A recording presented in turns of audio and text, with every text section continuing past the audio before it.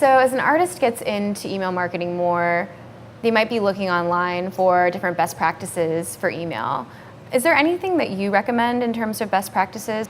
So it's an interesting problem, and I think that we see this with email marketing at ReverbNation ourselves, is that every list and every group of customers is different and everybody's unique. And so you can read all the papers you want on how to do marketing tactics, but at the end of the day, what works for your fan base works for your fan base. And the only way to really figure that out is through experimentation. And I think that's a difficult reality for some artists to understand, because they want the answer. They want to know what the right thing to do is. And really the right thing to do is to commit to experimenting, to commit to email marketing, to commit to engaging your fans and actually talking to them. And I think that if you commit to that, you'll be rewarded. As artists start to practice email marketing more, how can they tell if they're succeeding?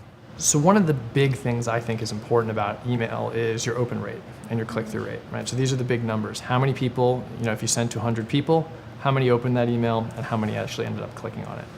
And these numbers are imperfect. The way they're measured, there's a lot of technical implications, but it's something. And I think if you pay attention to those numbers and you track them over time, you can see if you're getting better. And I think every band needs to be committed to that experimentation and committed to trying new things with email. And by tracking their open rates and their click-through rates, they can tell if they're getting better or if they're stagnant. And I think that's really the way that you can kind of improve your craft and improve the messaging around your band.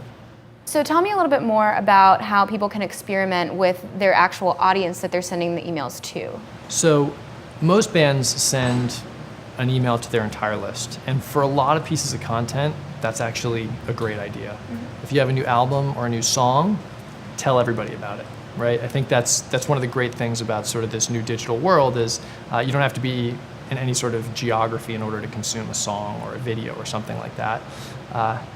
With shows, it's a little different. So you can use sort of segmentation of your list to target information about a show to just people that live near that show.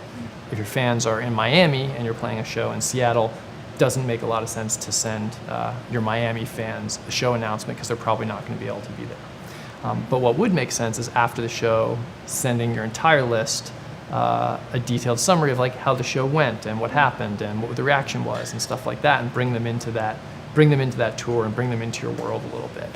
And so I think that for a lot of pieces of content, sending to your whole list is actually fine. For certain specific cases, segmentation does make sense, and a lot of it's around touring.